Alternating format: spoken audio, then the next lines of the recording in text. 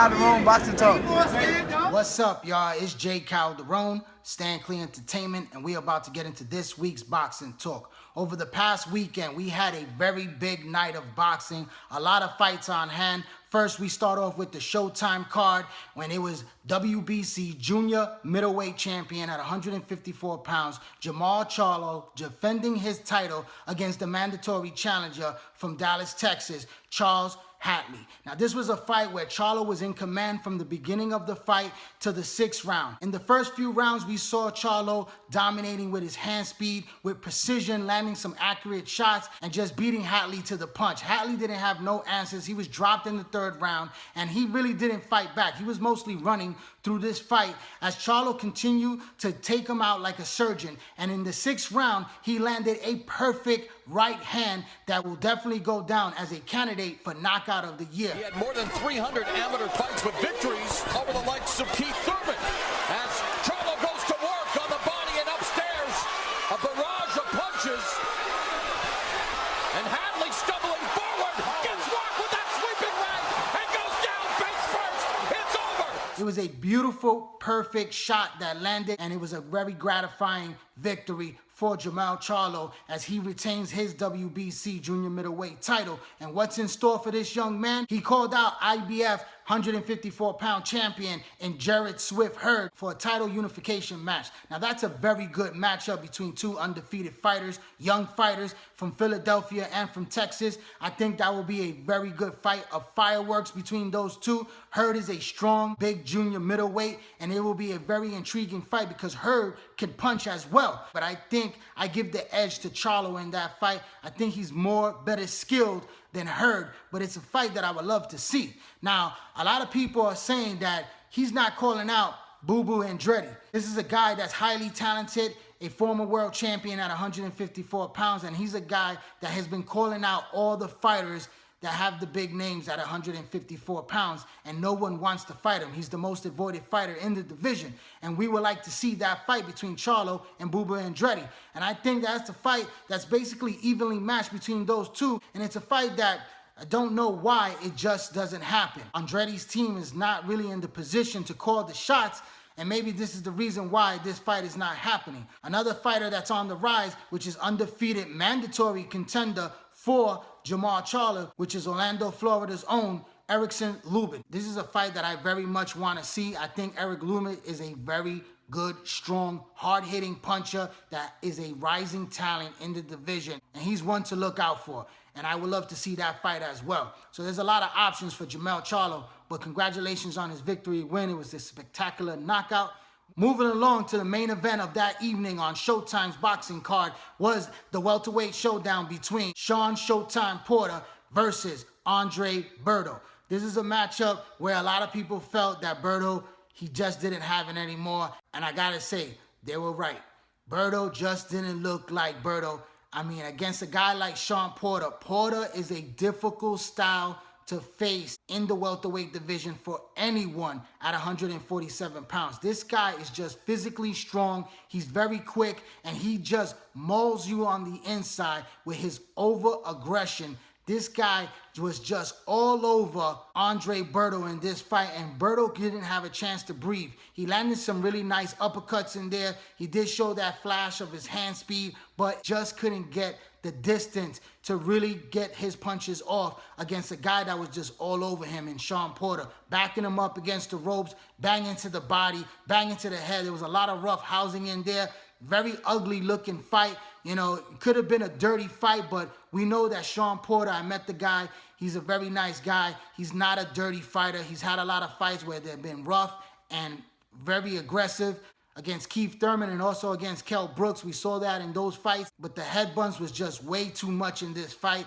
I saw some elbows by Shawn Porter in there. You know, if you watch closely, you would see those elbows being thrown like haymakers against Berto. And Berto was just mentally not prepared for a guy like Shawn Porter. You have to be mentally prepared when you go against a guy like Shawn Porter who puts tremendous pressure and just a rough fighter to deal with. And he was landing some big shots against Andre Berto. And Berto was just defenseless up against the ropes in the 9th round, just taking a beating. But he is being dominated right now. Got tagged with the left hook. And Porter continues to pour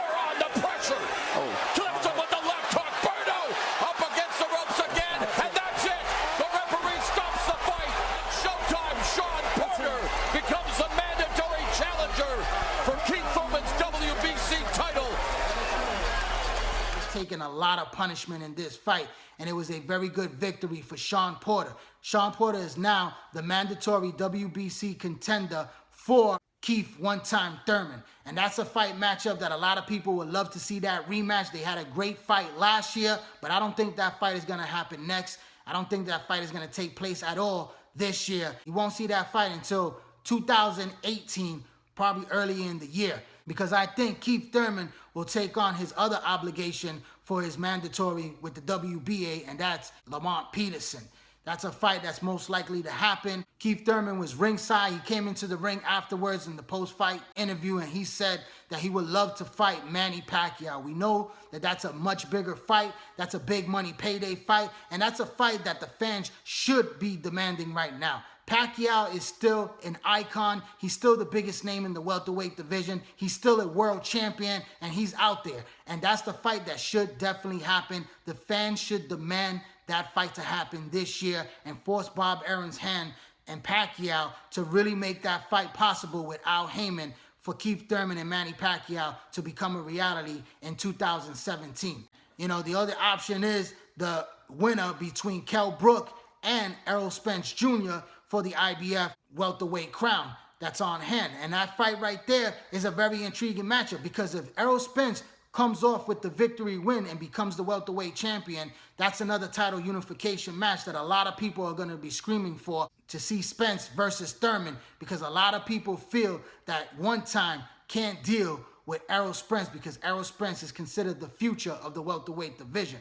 So there's a lot of options for Keith Thurman, but I believe he's going to take the option of Lamont Peterson before he even steps into the ring with Shawn Porter, not until at least next year. But my hat's off to Shawn Porter for a victory win and putting himself in a position for another title shot and a big opportunity. You know, if he doesn't get the fight against Keith Thurman, then who should he be fighting? A lot of people is calling for Danny Garcia. I think that's a great matchup. How will Danny Garcia deal with that type of pressure? It's a good fight matchup to see those two, and hopefully they can make that fight happen. Now, moving along to the other fights that took place on pay-per-view, which Top Rank put on a card of 3 undefeated champions, young champions. First, we had Jesse Magdaleno taking on his Brazilian opponent. He made very quick work of him, stopping him in the second round. It was a very good performance by Jesse Magdaleno. After that, he called out the division's best 122-pound king, Guillermo Rigondeaux. Now, that's a fight matchup that, you know, you wouldn't expect from a guy like Jesse Magdaleno to be calling out, because, you know, a lot of people avoid Rigondeaux. Nobody wants to fight this guy. The networks don't want to put him on, and he's just a superb boxer, one of the very best pure boxers in the game right now, and he is the king of the 122-pound division, still undefeated, 2-time Olympic gold medalist, and Jesse Magdaleno wanting to put his title on the line. You have to tip your hats off to this young fighter for wanting to take that challenge, and I hope that Bob Arum will listen to his fighter and make that fight happen, because it's a very good, intriguing fight. I don't think Jesse Magdaleno could beat a guy like Rigondeaux, but I definitely want to see it. Now, also on that card was WBO super middleweight champion Gilberto Ramirez making his ring return after a long layoff due to injury, and he took on his Ukrainian opponent, and he made easy work of him. It was a lopsided 12th-round decision victory for the young champion. Where does he go from this point on? I know that top-ranked Bob Arum has been throwing Gennady Golovkin's name out there for a possible matchup, but that fight is not happening anytime soon. I think that fight will definitely happen next year when Golovkin moves up to the 168-pound weight division after he's done with 160 pounds and cleaning out the middleweight division once he gets his big fights with Canelo Alvarez and also Billy Joe Sanders for that WBO title. Then he'll move up for a shot against Gilberto Ramirez, and it will be a much bigger fight down the road. A fight that I would love to see him fight right now is against one of the Durrell brothers. Either one of them, I think, will be a great matchup for this young fighter. The Durrell brothers are still relevant in the super middleweight division. Anthony Durrell or Andre Durrell will be a perfect matchup to test this guy to see how good is Ramirez. Now, moving along, we had the pro debut of Olympic silver medalist Shakur Stevenson. Now, this is a young man that has a lot of talent and a lot of promise. He's managed by James Prince and also by Andre Ward. I think they're going to really guide this young man into a very serious player in the featherweight division at 126 pounds. He made his pro debut. He made easy work against a guy that was just a mismatch against him, but it was his pro debut, and we can't really argue about the competition right now. He's just getting his feet wet. He looked very good, very sharp, very fast, and I believe that he has exceptional talent, and I see this kid as a future star in the division. I did an interview with him, so check that out on my YouTube channel. He's a very humble kid, a very nice guy, and I think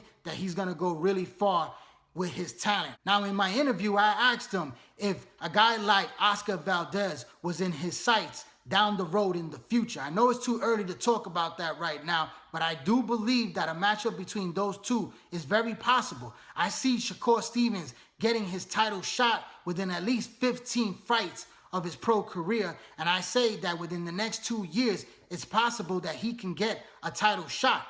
You know, this kid is a really good fighter, and I see a little bit of Floyd Mayweather in him. You know, we have to really see as he develops his skills, what route does he take? Does he become that pretty boy Floyd style? Very flashy, speed, power. You know, I think this kid has a lot to offer. And like I said, not at 126 pounds in the featherweight division, but at least at 130 pounds, I think he could catch Oscar Valdez in that weight class, and I think that will be a very good fight in the future. But moving along to Oscar Valdez's fight, he was the main event of the evening. It was a very tough performance for this young man, the toughest fight of his career. He went 12 rounds with a game Colombian fighter, and he had his moments in this fight where, you know, it looked like it could be possibly an upset, but it was a close fight. It was a very good fight. The judges' scorecards, once again, was ridiculous, a little bit too wide. It should have been a lot closer,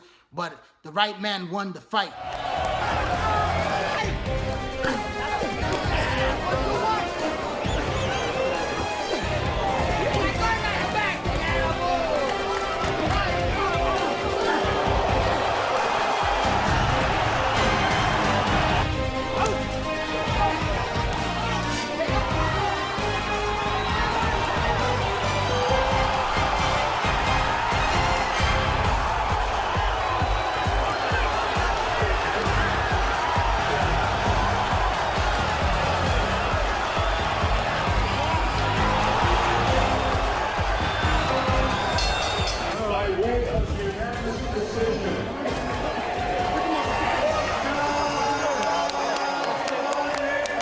Valdez is a promising talent. He's a young fighter, but I don't see him as the top guy at 126 pounds. I think the other guys that are champions in the division, like Gary Russell Jr.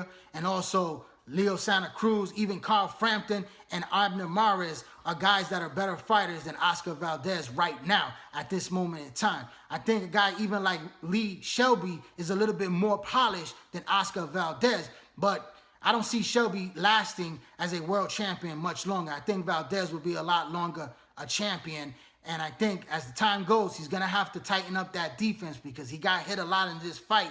You know, he throws a lot of big shots. He loads up a little bit too much in there, and I think he has to learn how to box more and mix it up and become a boxer puncher. But he got the victory win. Congratulations to this young man, still undefeated WBO featherweight champion. A fight that I would love to see him fight right now is against Joseph Jojo Diaz Jr. That's a fight matchup that I've been advocating for quite some time now. I think the fight right now is a beautiful fight to make between Golden Boy and Top Rank. I hope they can make that fight. Jojo Diaz is going to fight next week. We're going to see how he performs, but I think that he's a good enough fighter to give Oscar Valdez, especially after this performance, a run for his money. And I would love to see that fight between those two young champions. But that's my final recap of the fights that took place this weekend. Thank you for tuning in to my YouTube channel, J. Calderon Boxing Talk. Please subscribe to this channel, hit that little red button and put your email information so you get all my video notification. Also, follow me on Instagram and follow me on Twitter at J. Calderon Boxing and join that Facebook boxing group page, J. Calderon Boxing Talk. I'm J. Calderon, Stand Clear Entertainment. Thanks for your support. Keep watching and please subscribe.